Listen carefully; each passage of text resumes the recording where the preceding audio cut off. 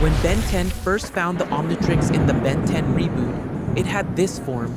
This was the initial version of the Omnitrix. However, throughout the seasons of Ben 10, the Omnitrix went through many changes and acquired new aliens in every season. This is unlike the Antitrix, which maintained its form throughout the seasons of Ben 10. In the second season of Ben 10, we saw the Omnitrix malfunction and begin transforming Ben into random aliens, due to Vilgax's proximity to the Watch. This led Phil to place a device to control Ben's transformations at that time.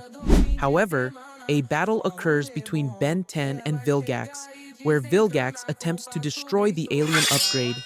This causes a reaction inside the Omnitrix, destroying Upgrade's chamber, and Ben loses him from the transformation room.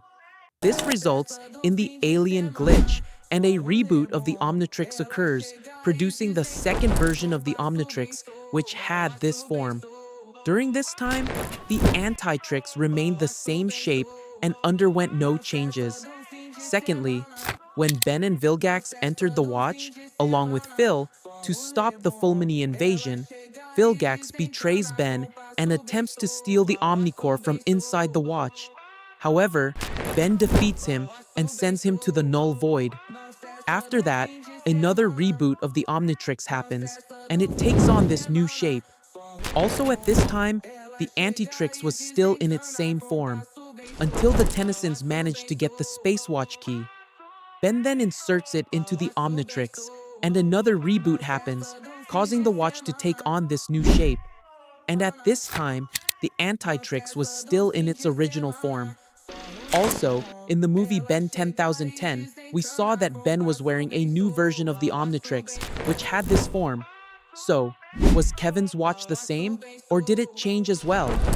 And if it changed, when did it change and become a new version? In fact, this happened in the movie Ben 10 vs. the Universe. When Vilgax got the Antitrix from Kevin after defeating him, he then inserted the Space Watch key, and its shape changed to a completely new form, just as it happened with the Omnitrix when the key was inserted. And it probably looked like this.